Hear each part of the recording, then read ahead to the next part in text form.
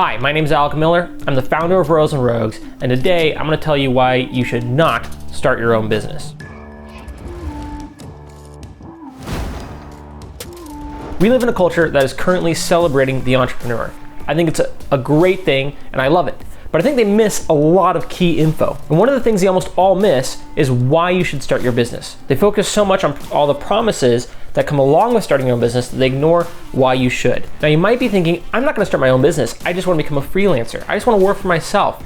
Well, I hate to break it to you, but if you're gonna work for yourself, you are starting a business. According to the government, they view you as a business. The way you operate, you are a business. You're just a business of one. It's called a sole proprietor. So here are a few reasons why you should not start your own business. Reason number one, for the money. We live in the days of Instagram and social media and YouTube where people are constantly showing off their wealth and then adding the hashtag entrepreneur. We also have people that I really like, people like Casey Neistat making videos that say, this is what a $100,000 plane ticket is like. It puts in our minds this idea that everyone that goes and works for themselves is going to be super rich. In reality, it's really not the case. Most businesses fail within the first few years.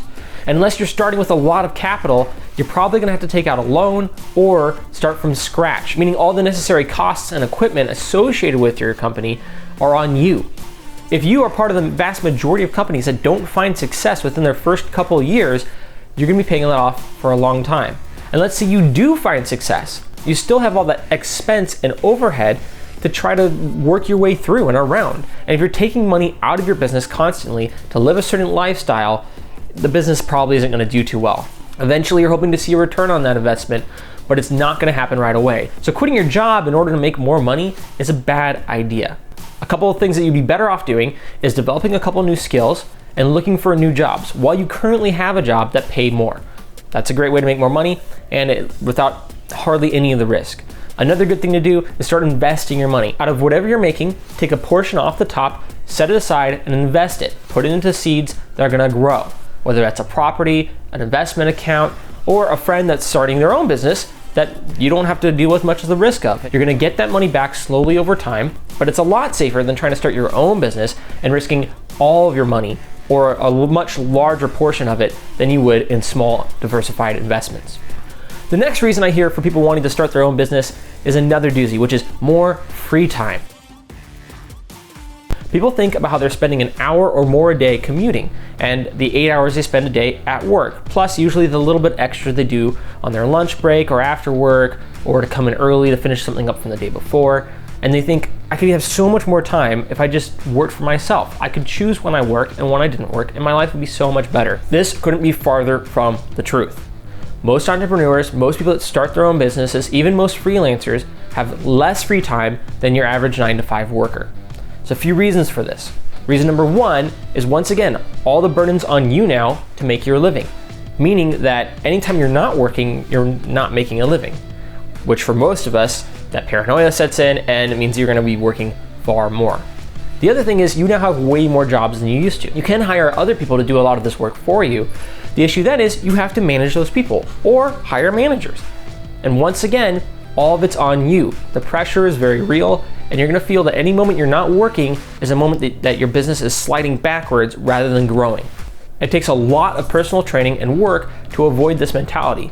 And once again, probably for the first few years of your business, that's just the way it's going to be in order to make it a success.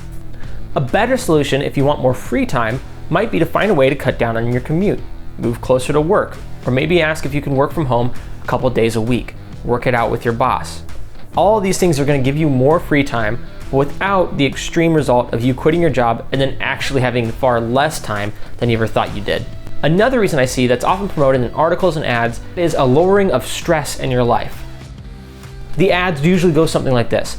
Someone has an angry boss yelling at them, they have deadlines, they have a commute they hate, and then they find some software that lets them become an entrepreneur or a credit card or a phone line or something, and they start their own business. And suddenly all the pressure is lifted off them. They're making cookies, they're creating paper airplanes and selling them on Etsy, and suddenly their life is so much better and they're relaxed and they're working on a beach or in a cafe on their laptop, sipping an espresso or a Mai Tai.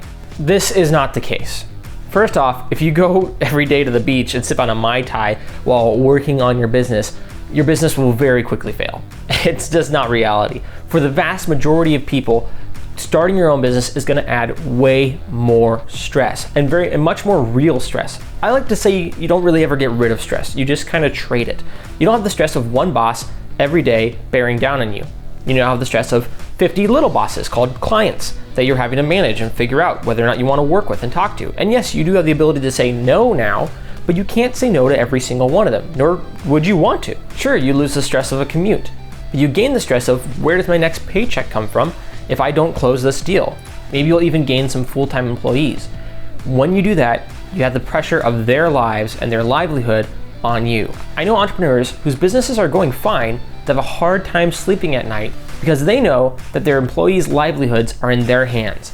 And that is a big responsibility. Now, I'd rather deal with the big important stress than the little annoying stress of day-to-day life in an office. That's just me. But for a lot of people, that stress is a lot to handle. And you're better off staying at your day job and finding better ways of coping with that stress or removing it. Maybe you can work from home, even if it's not every day, some days a week. If you hate your boss, maybe look for a new job to see if you can meet a better boss. Or probably a better solution, take the time to communicate better with your boss and figure out why it is you're not getting along. So if more money, more free time, and less stress aren't reasons to start a business, what is a reason?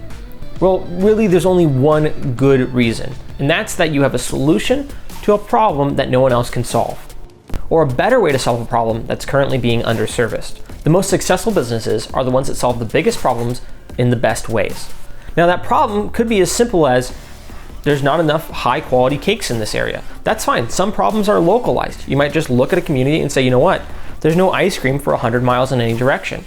Why don't I start an ice cream shop? That's a problem. Now, it might not seem like a big problem, it might not seem like an extreme problem, but that ice cream shop will probably be successful if there's no competition and a demand for it.